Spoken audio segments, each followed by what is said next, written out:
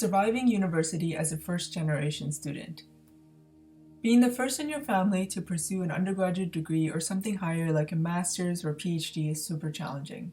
There is this wealth of knowledge that parents who have had a university education extend to their children that's likely not being explicitly taught in university. Most who don't know this information have to learn along the way, and sometimes when it's too late. There are many things that I wish I knew going into university and graduate school as a first-generation student that I hope to share with you. So, here are my top tips to make the most of your university experience. At the beginning of every semester, spend some time looking into the resources freely available to you. You could usually find this information through the school website or booking an appointment with a university administrator. Here are some examples of resources you should definitely take advantage of in order to save you time and/or money. Take a close look at the breakdown of your tuition expenses and see what services you're paying for. Chances are, if you're paying for services out of your tuition, you are entitled to those services and you should definitely take advantage of them. It was only in graduate school that I discovered part of my tuition expenses goes towards the University Writing Center, which makes writing tutors available to students to help structure and edit their writing. This service did wonders in improving my writing. But another great outcome that came out of booking these sessions ahead of time was that I was better able to manage my time and meet course deadlines without procrastinating to the last minute. So, for example, if I knew I had a writing appointment a few weeks ahead of the actual assignment deadline, that meant I had to get a certain amount of work done in order to make the best use of my writing session with my tutor. But this also meant I would come out of that session with plenty of time to improve my writing for the final deadline. On a side note, it often takes many drafts to get to a final piece of writing that's actually good, so don't be discouraged if it takes you many iterations. It's totally normal and part of the process of writing well. I know it took me over 80 drafts and loads of back and forths with my supervisor in order to get to the final version of my master's thesis. So next, take advantage of the university libraries and librarians to help you conduct thorough research for relevant assignments. As a graduate student, I was a teaching assistant for several courses, and it's really obvious, to me at least, seeing the difference between students' work that shows a balanced reflection of the literature compared to work that only integrates, for example, the first 5 articles of a quick search. Developing the ability to perform thorough literature reviews is a great skill to have, and in my experience, university librarians are almost always happy to help you through the process. Libraries are also a great place to use course textbooks instead of purchasing them. If you'd prefer to purchase the textbook, try to find a secondhand version that you can get for cheaper. It also doesn't hurt to ask your professor if using an older version of the textbook is sufficient to succeed in the class.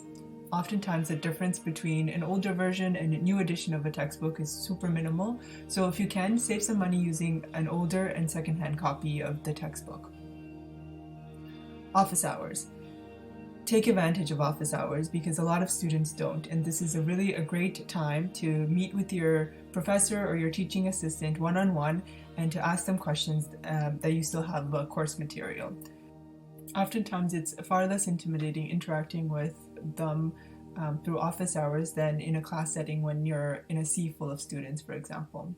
But, taking advantage of office hours is also really a great way to give your professor or teaching assistant a chance to put a name to a face.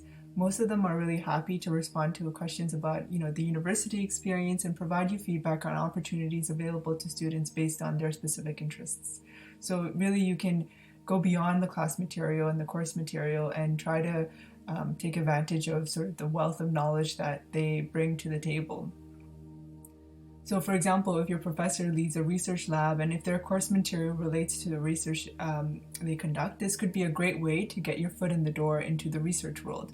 The chances of them being interested in you is much higher if you seek this path rather than sending a cold email, because that face recognition and experience interacting with the student through office hours already tells them that you are curious and persistent, which are all great qualities that a future aspiring researcher should have. So next up, check for test banks and past exams. I honestly wish I did this when I was an undergraduate student. I know I didn't because it somehow felt like cheating to access the test banks, and I wanted to feel like I deserved every grade I got, but don't do this. Sometimes no matter how hard you study, You might not do well because you don't have an intuition for how the questions will be structured. Many times also questions oftentimes do get repeated year to year, so you'll really save time being efficient answering questions you're familiar with so that you can dedicate more time to questions that will invariably be new to you. Next, bursaries and scholarships. I was lucky enough to have my undergraduate and graduate studies mostly funded through scholarships. It's really important to invest your time in applying for scholarships because it can give you a lot of freedom to prioritize your studies. If you can get a scholarship to replace a part-time job, that is a total win. It's also a great opportunity to develop your writing and communication skills, which is essential to any profession you pursue, especially in academia. Also, don't be discouraged by rejections and keep trying. Sometimes applying for smaller bursaries or scholarships can also be a foot in the door to increase your chances to get bigger scholarships. Next, find mentors who are further along the career of your interest and learn as much as possible from them. A lot of them have their CVs or resumes published online, so downloading a copy and using them as a guidepost for resources and opportunities you should seek out could be a great way for you to stay motivated. This is a great exercise to also help you determine whether you're at the same stage as they were in that time frame, whether you could apply for some of the scholarships they applied for, or learn skills that they developed to accomplish the same sort of similar goals that you want to also accomplish. Try reaching out to them and convey something specific about their work that you admire, and ask them a specific question and see if they are willing to give you advice and feedback on how you can do better. Develop a network of friends and don't be competitive.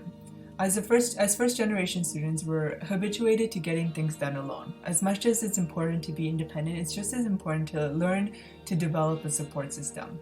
It makes learning a lot more fun and you come out of it potentially developing friends for life.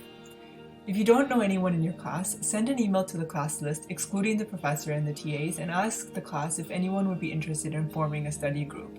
Sometimes the university environment can be cutthroat and competitive, but just remember, it's not a zero-sum game and that everyone can succeed and do well. In a few years' time, you're more likely to be happy that you developed a strong network of friends than the high GPA that you got. Also, remember that many of your peers likely have parents who completed an undergraduate or graduate degree and that they might be willing to share experiences with you that aren't freely available to everyone. One of my close friends' father is a professor, and learning about the advice that she got from him was an amazing way to tap into a resource I didn't have immediately available to me. So don't underestimate the power of these connections. Finally, time management is key. Let's be honest, most first-generation students are balancing their university education with their part-time jobs and other responsibilities.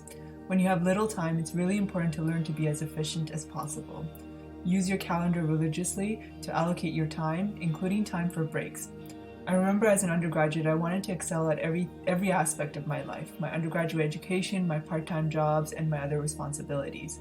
But when you have so much on your plate, this could be a recipe for disaster. So before you start your semester, spend some time determining your priorities for the next step of your career. Is having a high GPA more important for the next stage of your career than meeting the quarterly demands of your part-time job? This doesn't mean that you should do a poor job with your part-time job, but just know that the difference between your 100% and your 70% at your part-time job might still likely be considered excellent in your workplace.